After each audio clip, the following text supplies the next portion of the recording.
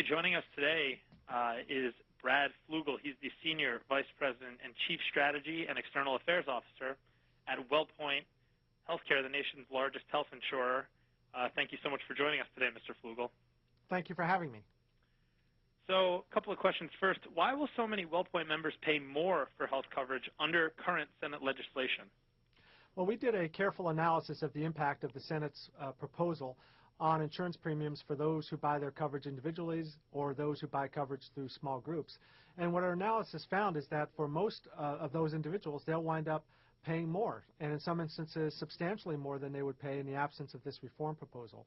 And that's because of some of the changes in the rating requirements and some of the hidden taxes which are being applied to the industry, as well as to pharmaceutical manufacturers and medical device manufacturers, all of which are ultimately going to wind up being passed on to individuals and small businesses.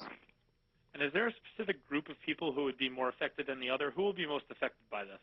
Those that will be most affected by this bill are going to be those who tend to be a little bit younger and a little bit healthier. They're going to find that their premiums are increasing quite dramatically. In some parts of the country, our analysis has shown that their premiums will double, and in some instances maybe even triple as a result of this bill. And so we think that's really not the right way to go for health care reform, because we really need those younger and healthier individuals to be part of the risk pool to keep premiums affordable for everybody. And what should consumers ask their lawmakers to do to ensure that the final bill actually cuts health care costs? Well, the reason that health care premiums are going up is because underlying health care costs are going up. And what the members of Congress and senators should be focused on is those things that are going to really reduce those health care costs.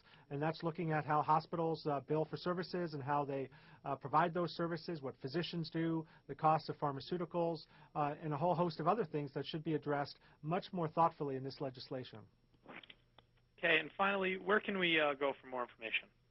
You can get more information on our studies as well as a lot of other different healthcare reform topics at healthactionnetwork.com. All right, Brad Flugel, thank you so much for joining us. Thank you for having me.